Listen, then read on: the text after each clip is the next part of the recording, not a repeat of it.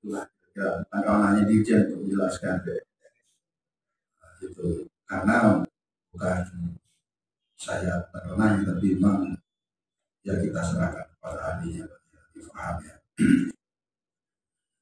Tapi intinya begini, Simka ini memang harus menjadi instrumen untuk pertama memberikan informasi yang cepat, tepat, akurat untuk sebuah pengambilan kebijakan. Sehingga tentu Simka ini harus betul update, harus betul-betul komprehensif, ya, datanya akurat, karena data itu sangat penting, sangat menentukan langkah kita. Contoh sekarang begini, sekarang ini undang-undang perkawinan sedang digugat di Mahkamah Konstitusi. Pasal 2 ayat 1 tentang nikah beda agama.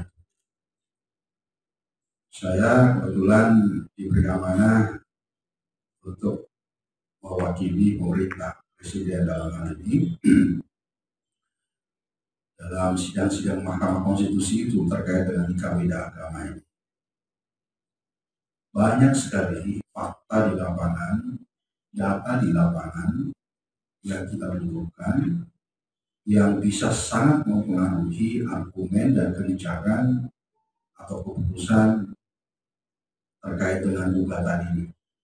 Misalnya contohnya ya, angka perceraian di Indonesia. Data perceraian bukan di kita ya, memang di pengadilan agama. Tapi kita sudah MOU supaya ada integrasi data. Kita bisa mengakses data-data perceraian, pengadilan agama juga sebaliknya. Jadi ada si data dan ada akses yang diberikan kepada kedua lembaga untuk bisa saling mengakses. Nah, angka perceraian di Indonesia, kalau kita punya datanya, kita bisa membreakdown motif-motifnya, dan itu kalau dianalisis, itu luar biasa manfaatnya sebenarnya. Misalnya gini, ada banyak perceraian yang diakibatkan oleh pernikahan beda agama ini karena persoalan murtad. Jadi ada orang non-muslim kawin dengan orang Islam. Baik-baik saja, nggak ada masalah. Tetapi setelah itu kemudian pihak suami meminta istrinya untuk masuk agama itu. Dan kalau tidak, maka dia akan bercerai. Dia akan diceraikan. Tahu nggak ini datanya berapa? Berapa orang yang bercerai karena kasus seperti ini? Ternyata jumlahnya besar sekali. Ada sekitar 15.000 kalau nggak salah. Orang bercerai karena kasus ini. Kalau hakim itu tahu fakta ini, kan tidak mudah atau tidak sembarang mengambil kebijakan. Ya nikah agama, beda agama itu nggak ada masalah karena toh banyak yang menikah baik-baik saja. Tapi ternyata faktanya ada ribuan, puluhan ribu orang bercerai gara-gara pernikahan beda agama ini, karena pihak perempuan dipaksa setelah beberapa waktu untuk masuk agama tertentu. Kemudian kalau tidak ya bercerai. Nah perempuan ini memilih bercerai daripada saya jadi murtad misalnya. Nah, data seperti ini kan penting banget nih untuk kita ketahui. Kalau saya tidak tahu misalnya, kemudian saya memberikan penjelasan tentang undang-undang perkawinan ini, pentingnya undang-undang ini kita pertahankan. Artinya negara tidak mengenal nikah beda agama, kira-kira itu. Kan digugat nih, undang-undangnya tidak memungkinkan orang yang berbeda agama itu menikah, ya kan? Itu undang-undangnya, itu undang-undang perkawinan 1 tahun 79.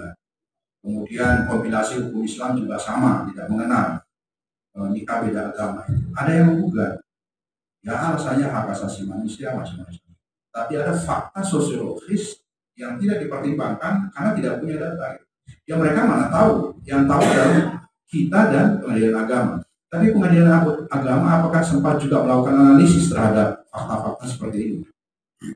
Itulah pentingnya. Jadi apa data itu sangat penting, bukan hanya untuk kita memberikan layanan mudah cepat kepada masyarakat, tapi juga pengambilan kebijakan secara makro itu menjadi sangat-sangat penting sekali.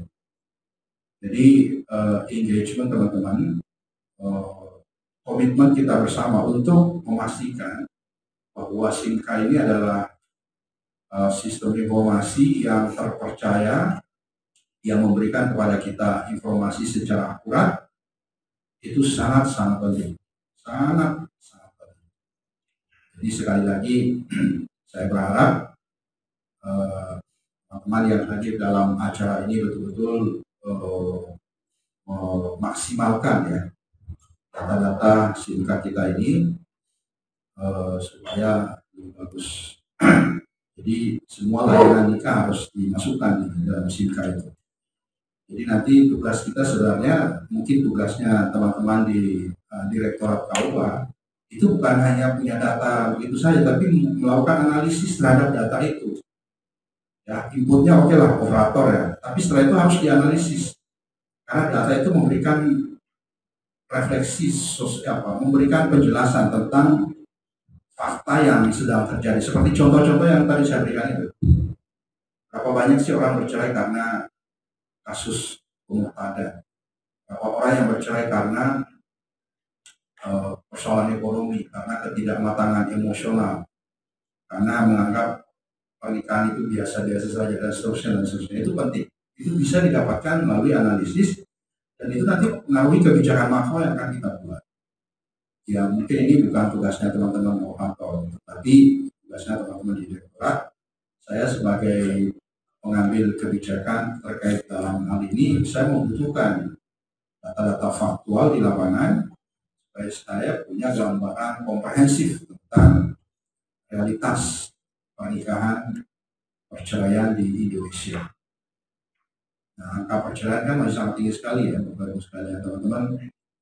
Saya dapat informasi tahun 2021 sekitar 400 ribuan lebih ya. Jadi kemarin saya malah mengikuti sebuah diskusi, ada presentasi dari BKKBN, itu jumlahnya 446 ribu. Itu data dari Pengadilan Agama pasti, karena satu-satunya yang punya data perceraian kan Pengadilan Agama ya. Nah, makanya kita juga harus bisa mengaksesnya. Nah, jadi ada darurat perceraian di Indonesia yang luar biasa. Data-data yang kita miliki itu sangat penting sekali. Jadi saya tidak mau berbicara tentang teknis SIMKA ini. Intinya adalah SIMKA ini sudah ada pengembangan tentunya dari tahun ke tahun sesuai dengan kebutuhan kita dan harus ditindaklanjuti oleh teman-teman sekalian di daerah untuk memastikan SIMKA ini betul-betul berfungsi ya, instrumental untuk memberikan informasi yang akurat pada kita semua untuk kita bisa mengambil beberapa langkah kebijakan untuk perbaikan tata kelola dan layanan publik kita terkait dengan pernikahan ke depan. Bapak Ibu sekalian, teman-teman, saya jam 12 menerima tamu dari Jerman, dari Italia dan yang lainnya kalau tempat ya. Dan tadi seharusnya datang cuma ternyata bisanya baru sekarang. Itu saja, saya hanya ingin menyapa Bapak Ibu sekalian, memberi semangat, mengajak kita untuk kita berkomitmen, mengajak kita untuk memberikan pengabdian yang terbaik untuk bangsa dan negara ini, mengajak kita untuk terus komited yang melakukan yang terbaik untuk Kementerian Agama untuk Indonesia dan khususnya Direktorat melanjutkannya. Ada poin terakhir yang ingin saya sampaikan, mungkin Pak Hasudin masukkan barangkali ya, bahwa teman-teman operator ini pelaksana di lapangan tentu punya ide, punya masukan, punya saran, pengembangan. Jadi SIMKA ini adalah sebuah sistem yang harus terus dikembangkan, yang harus terus di-upgrade dan tentu masukan-masukannya juga bisa datang dari seluruh Indonesia dan mudah-mudahan semakin memurahkan sidang kita ini. Terima kasih, kurang lebihnya mohon maaf, saya harus jalan lagi. Wabillahi taufiq wal hidayah, wallahu muwaffiq ila aqwamit thoriq. Assalamualaikum.